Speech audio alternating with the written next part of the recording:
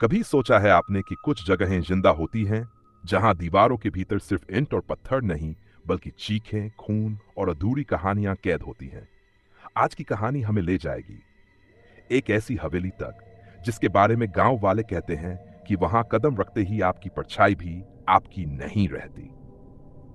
कोए की आवाज, टूटी खिड़कियों से आती हवा की सीटी।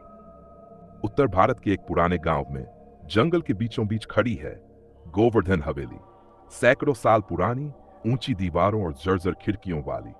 लोग कहते हैं कभी ये हवेली रौनक से भरी रहती थी। यहां दावतें होती थी, नाच गाना होता था। लेकिन एक रात में सब खत्म हो गया। हवेली का मालिक गोवर्धन लाल अपनी ही बीवी और बच्चों को मारकर रहस्यमय ढंग से गायब हो गया। कहते हैं तभी से हवेली शापित हो गई। आज गांव का कोई भी इंसान वहां जाने की हिम्मत नहीं करता, क्योंकि जिन्होंने भी कोशिश की वो या तो लौटे ही नहीं या लौटे तो पागल होकर। शहर का यूट्यूबर आरव, जिसे हॉरर कंटेंट बनाना बहुत पसंद था, उसने ठान लिया कि वो इस हवेली में अकेले जाएगा। कैमरा ऑन किया और अपनी टॉर्च लेके के भारी गेट को धक्का दिया। गेट खुलते ही इतनी जोर से चरमराया कि जैसे सदियों से कोई इंतजार कर रहा हो। अंदर घुप अंधेरा था। हवा इतनी ठंडी कि उसकी सांसें दिखाई दे रही थी। आरव ने कैमरे में कहा, दोस्तों, अगर मैं आज रात जिंदा बचा तो ये वीडियो जरूर अपलोड करूंगा। धीमी फुसफुसाहट, बच्चे की हल्की हंसी। जैसे ही आरव अंदर बढ़ा, टॉर्च की रोशनी टूटी दीवारों पर पड़ी। काई जमी थी, पुराने चित्र आधे फटे हुए थे। अचानक उसे लगा जैसे किसी ने उसका नाम पुकारा। धीरे से आरव उसने टॉर्च घुमाई। खाली गलियारा था, लेकिन कैमरे की स्क्रीन पर 2 सेकंड के लिए एक बच्चा दिखाई दिया, खून से भीगा और आंखों में सिर्फ सफेदी। जब आरव ने पलटकर देखा, वहां कुछ भी नहीं था। उसकी सांसें तेज हो गईं। पुराने पियानो की टूटी फूटी धुन अपने आप बजती है। वो आगे बढ़ा और हवेली का ड्राइंग रूम मिला। सड़क की तरफ बड़े बड़े शीशे टूटे पड़े थे। बीच में रखा था एक पुराना पियानो जिस पर धूल जमी हुई थी। आरव पास ही पहुंचा था कि अचानक पियानो अपने आप बजने लगा, धीमी लेकिन टूटी धुन में। आरव की टॉर्च कांपने लगी। उसने डरते हुए पीछे कदम रखा, लेकिन तभी पीछे की दीवार पर खून से लिखा एक वाक्य चमकने लगा, तू भी अब यहीं रहेगा। भारी दरवाजे के धीरे धीरे खुलने की आवाज। ड्राइंग रूम से एक तंग रास्ता नीचे की ओर जाता था। वहां एक पुराना दरवाजा मिला, जंग खाया हुआ, लेकिन जैसे किसी ने हाल ही में खोला हो। और हिम्मत की और दरवाजा धक्का देकर खोला। अंदर अंधेरा और मिट्टी की गंध। टॉर्च की रोशनी जाते ही उसने देखा फर्श पर अजीबोगरीब चिन्ह बने थे, और उन चिन्हों के बीच पड़ा था एक टूटा हुआ खिलौना, लकड़ी का घोड़ा। आरव ने खिलौने को उठाया ही था कि उसके पीछे दरवाजा जोर से बंद हो गया। पूरी हवेली में गूंज उठी एक औरत की हंसी, लंबी, ठंडी और हड्डियां जमा देने वाली। भारी सांसों की आवाज दूर से आती औरत की। आरव ने दरवाजे को जोर जोर से धक्का देना शुरू किया, लेकिन वो जैसे पत्थर का बना हो।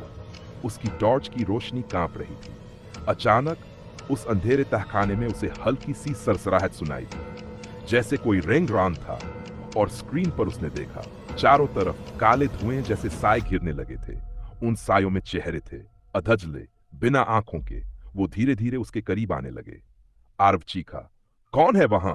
निकलो बाहर। लेकिन जवाब में सिर्फ वही फुसफुसाहट आई, आरव, तू भी अब हमारा हिस्सा है। खून से भरी दीवारें, टप टप करके पानी गिरने जैसी आवाज, लेकिन धीरे धीरे खून की बूंदों की आवाज में बदलती हुई। अचानक तहखाने की दीवारें गीली होने लगीं।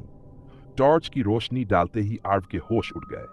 वो पानी नहीं था, दीवारें पक रही थीं, और उन पर किसी ने उंगलियों से लिखा था, हम अधूरे हैं, हमारी चीखें सुनो। जैसे ही आरव पीछे हटने लगा, वो खिलौना घोड़ा जो उसने फर्श से उठाया था अपने आप हिलने लगा। उस घोड़े की लकड़ी की आंखों से काला तरल निकल रहा था। और उसी वक्त हवेली की गूंजती हुई आवाज आई, गोवर्धन, वापस आ जा। शीशे में फंसी आत्मा। कांच टूटने की आवाज, फिर धीमी प्रार्थना की।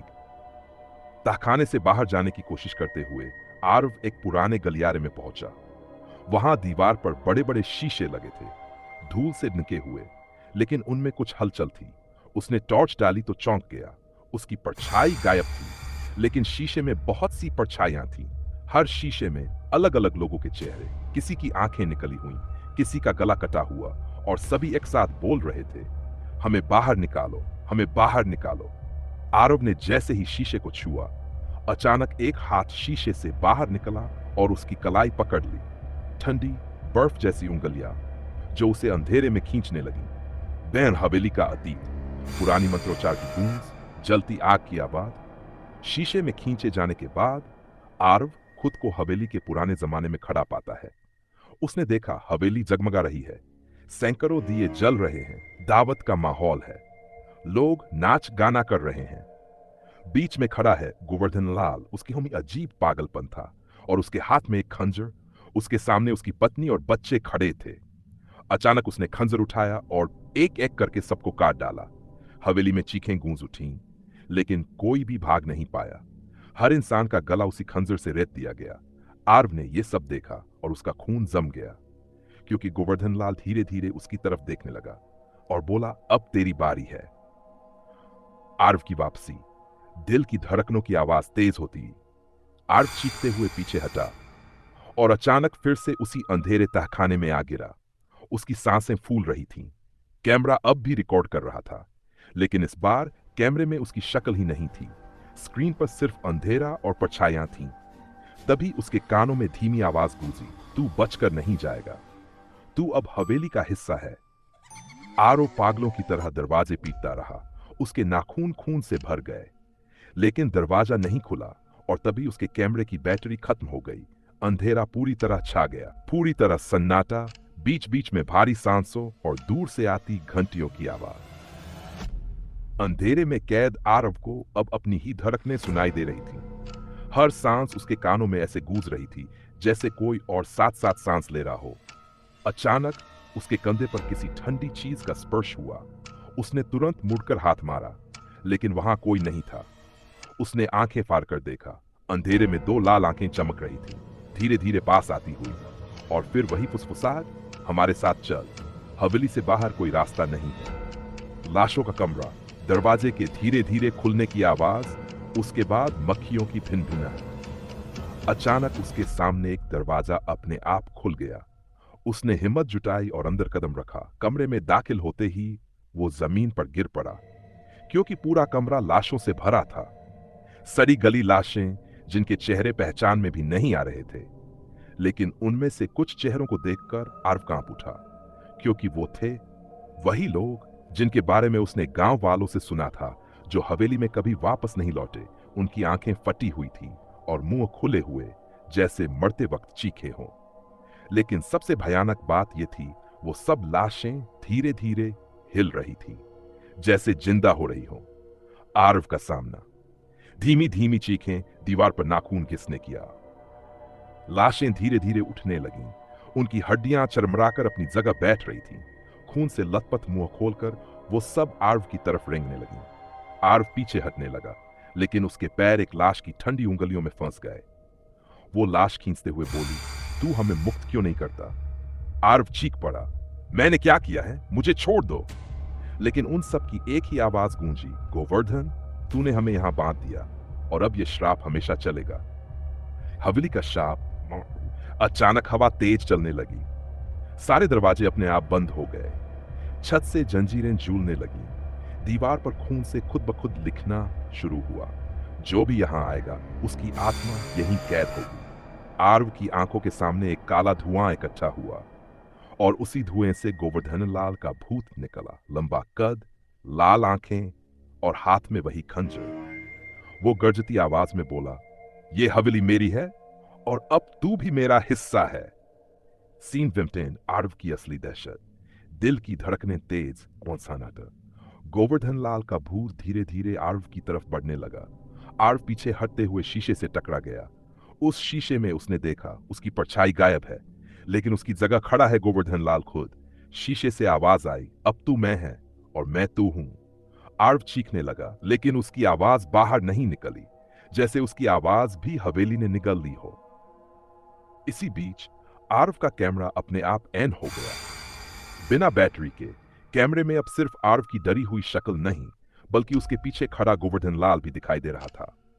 दोनों एक ही फ्रेम में, लेकिन कैमरे की स्क्रीन पर लिखा आया रेक लास्ट रिकॉर्डिंग, और अचानक कैमरा जमीन पर गिरा। लेंस में सिर्फ खून के छींटे भर गए।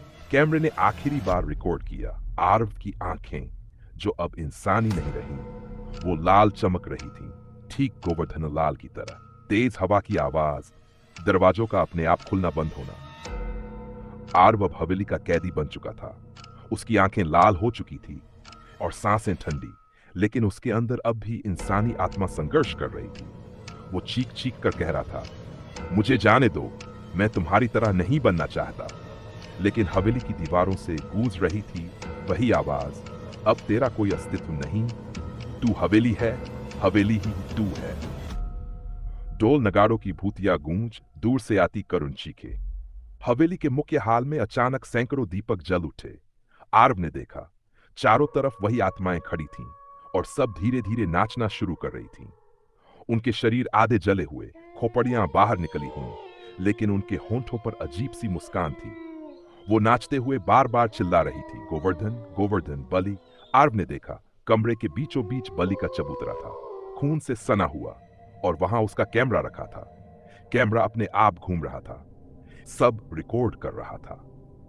पुरानी किताब के पन्ने पलटने की आवाज। अचानक हवेली के कोने में एक पुरानी किताब अपने आप खुल गई। आरव ने उसकी तरफ देखा। किताब में लिखा था, गोवर्धन लाल ने अमृतत्व पाने के लिए काले तंत्र का सहारा लिया। उसने अपने परिवार और हवेली के सभी लोगों की बलि दी, लेकिन अनुष्ठान अधूरा रह गया, और श्राप यह हुआ कि हवेली में आने वाला हर इंसान हमेशा के लिए आत्माओं का हिस्सा बन जाएगा। आरव कांप जा गया। हवेली से बाहर निकलना नामुमकिन है, क्योंकि हवेली किसी इंसान की नहीं, बल्कि उन आत्माओं की है जो हमेशा भूखी हैं। नंजीरों के गिरने की आवाज, मंत्रोच्चार तेज होता। अचानक उसके हाथ पांव में जंजीरें पड़ गई। वो अपने आप खिंचता हुआ बलि के चबूतरे पर पहुंच गया। चारों तरफ आत्माएं हंस रही थी। उनकी आंखें जल रही थी जैसे अंगारे। गोवर्धन लाल का भूत उसके सामने आ खड़ा हुआ। उसके हाथ में वही खंजर था। खंजर की धार पर अब भी पुराना सूखा खून लगा था। वो गर्जा, तेरे आने से हवेली की भूख बढ़ गई है, अब तू ही अगली बलि है। और फिर उसने वो खंजर आरव के सीने में खोप दिया। आरव की चीख हवेली में गूंज उठी, लेकिन बाहर हवेली वैसे ही खामोश रही। हवा धीरे धीरे शांत होती हुई। आरव की आंखें धीरे धीरे बंद हो गई, लेकिन उसकी आत्मा वहीं खड़ी रह गई। उसने देखा, अब वो भी उन्हीं आत्माओं में से एक है। उसका शरीर चबूतरे पर पड़ा था, लेकिन उसकी आत्मा लाल आंखों के साथ खड़ी थी। बाकी आत्माएं उसके चारों तरफ नाच रही थी, और सबने मिलकर कहा, अब तू हमारा है, हमेशा के लिए। कैमरे की बीप बंद होने की अवधि। कुछ समय बाद हवेली फिर शांत हो गई। सारे दीपक बुझ गए। दीवारें फिर से अंधेरे में डूब गई। आरव का कैमरा जमीन पर पड़ा था। उसमें आखिरी वीडियो सेव थी, आरव की बलि और आत्माओं का नृत्य। वो कैमरा अगले दिन गांव वालों को बाहर पड़ा मिला, लेकिन हवेली से आरव कभी वापस नहीं लौटा। गांव वालों ने कैमरे का वीडियो देखा, और उसी दिन से कोई भी उस हवेली के पास जाने की हिम्मत नहीं करता, क्योंकि सबको पता है, जो भी अंदर जाएगा वो लौटकर कभी नहीं आएगा। धीमी हवा फुसफुसाहट, हम हमेशा यहां हैं। तो दोस्तों, क्या आप सोचते हैं कि यह सिर्फ एक कहानी थी, या फिर सचमुच कहीं कोई ऐसी हवेली है जो अपने अगले मेहमान का इंतजार कर रही है? रहस्यमयी हवेली